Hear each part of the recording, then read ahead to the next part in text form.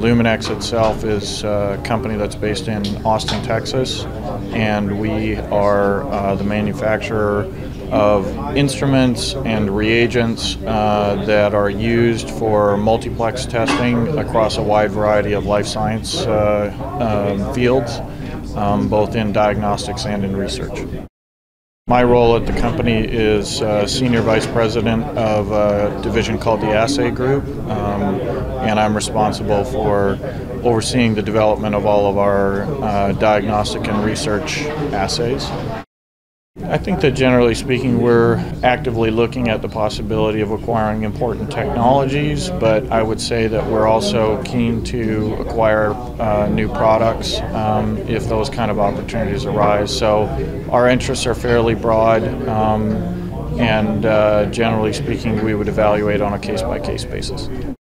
We have several devices approved for sale in Canada, and so we're very active in both the diagnostics market and in the research market. We have a fairly large number of instruments placed for research use as well in Canada.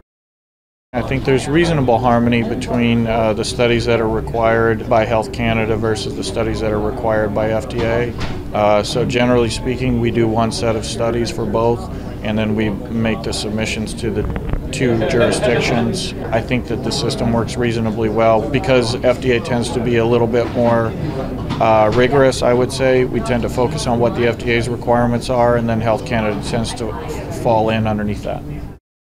One is that there's, despite FDA's best efforts, a significant lack of clarity with regards to regulatory path and what the nature of the studies would be for companion diagnostics and drugs.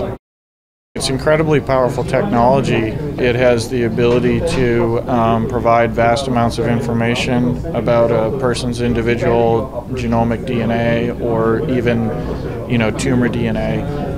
So it's very powerful. It also creates a whole host of difficulties from a regulatory standpoint because it has the ability to uncover a lot of information that's poorly understood clinically.